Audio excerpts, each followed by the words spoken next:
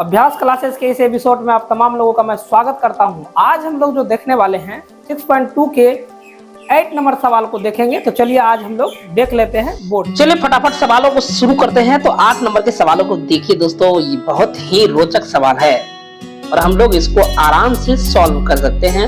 तो चलिए हम इनको पहले फटाफट पढ़ना शुरू करते हैं। यहाँ पे देखेंगे इस घेरे के अंदर में दिया गया जो सवाल है, इस घेरे के अंदर में आप जब देखेंगे तो आपको कुछ कुछ नजर आने वाला है।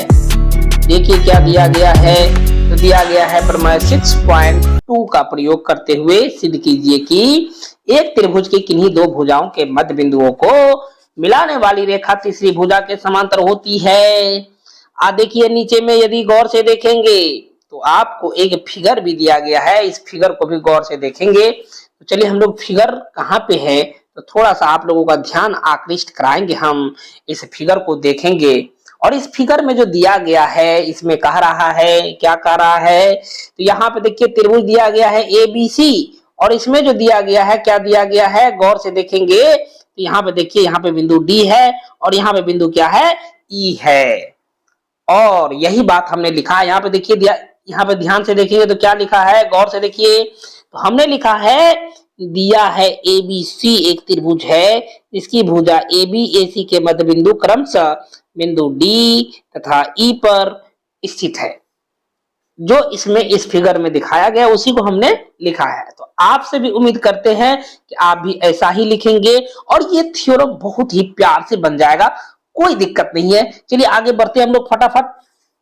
देखिए हमने फिर लिखा है कि हमें सिद्ध करना है, क्या हमें सिद्ध करना है, गौर से देखेंगे तो हमें सिद्ध करना है DE समांतर क्या है, BC। यहाँ पे देखेंगे इस फिगर में DC ये वाला, ठीक है, सॉरी कहते DC, DE ये वाला DE और BC के ये क्या है, समांतर है। तो दो रेखाएं समांतर कब होती है, जब इसके या तो एकांतर कोण बराबर हो जाएंगे तब ये होगा, या त्रिभुज में यदि हम बात करेंगे तो थेल्स प्रमेय के अनुसार यहाँ पे देखिए ABC और ये था D और ये था E। तो यदि यह भुजा इसके समांतर था तो यह क्या होता था, ध्यान से देखेंगे तो यह होता था क्या, यह होता था AD बाय क्या, DB बराबर क्या होता था, यह था AE बट्टा क्या, EC। यह बात यदि हो जाए तो हमको पता चल जाएगा कि यह दोनों भुजाएं जो होती है वह समांतर होती है। यदि हम इतना सिद्ध कर पाएंगे तो हमारा यह जो भुजा है इसके क्या हो जाएंगे, समांतर हो जाएंगे। तो चलिए हम लोग फटाफट से शुरुआत कर लेते हैं, क्योंकि हमको यह सवाल ऐसा लगता है कि सर से बाहर जा रहा है, ठीक है, लेकिन आपको हम सर से बाहर नहीं जाने देंगे, इसकी पूरी गारंटी है।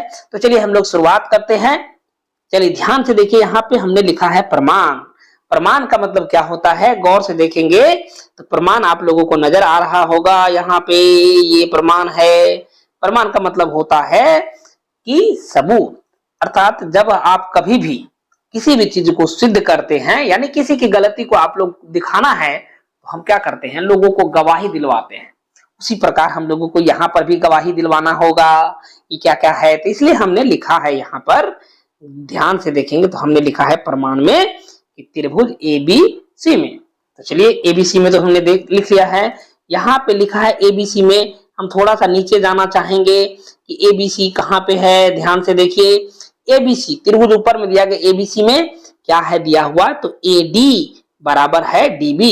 क्यों, ये इसलिए बराबर है क्योंकि आप लोगों को दिया हुआ सवाल में ही दिया गया है कि D और E जो है क्रमशः AB का मध्य बिंदु और BC का क्या है, ये मध्य बिंदु है। ध्यान से देखेंगे इस फिगर को फिर से, तो इस फिगर में आप लोगों को नजर आ रहा होगा, क्या नजर आ रहा होगा, तो यह जो बिंदु है ये वाला D वाला जो नजर आ रहा है ये वाला, और ये वाला जो बिंदु है वह क्या है, तो इस भुजा का मध्य बिंदु है। चलिए ठीक है आगे बढ़ते हैं। जब मध्य बिंदु है तो हमने एक समीकरण लिखा है।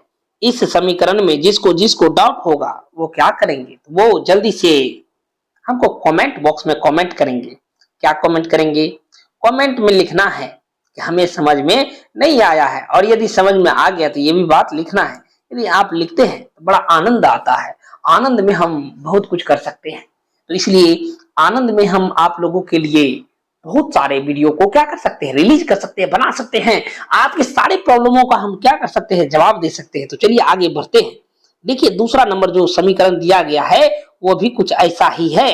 ध्यान से देखेंगे दूसरे नंबर समीकरण को, ठीक है। चलिए हम लोग आगे बढ़ते हैं फिर सवालों में। फिर देखिए यदि दो समीकरण दिया गया है, AD बराबर DB और AE बराबर EC। यदि ध्यान से देखा जाए, हम थोड़ा सा इस फिगर को छोटा कर लेते हैं ताकि हम लोगों को सब कुछ स्पष्ट रूप से पता चले फिगर में। तो अब देखिए यहाँ पे ध्यान से देखेंगे तो हमने लिखा है ये वाला समीकरण और ये वाला समीकरण, ठीक है। और इन दोनों से हमको क्या हो जाएगा, तो हमको इन दोनों से क्या प्राप्त होगा, तो हमको प्राप्त होगा AD बट्टा DB, या DB कह लीजिए या BD एक ही बात है, और बराबर AE बट्टा EC।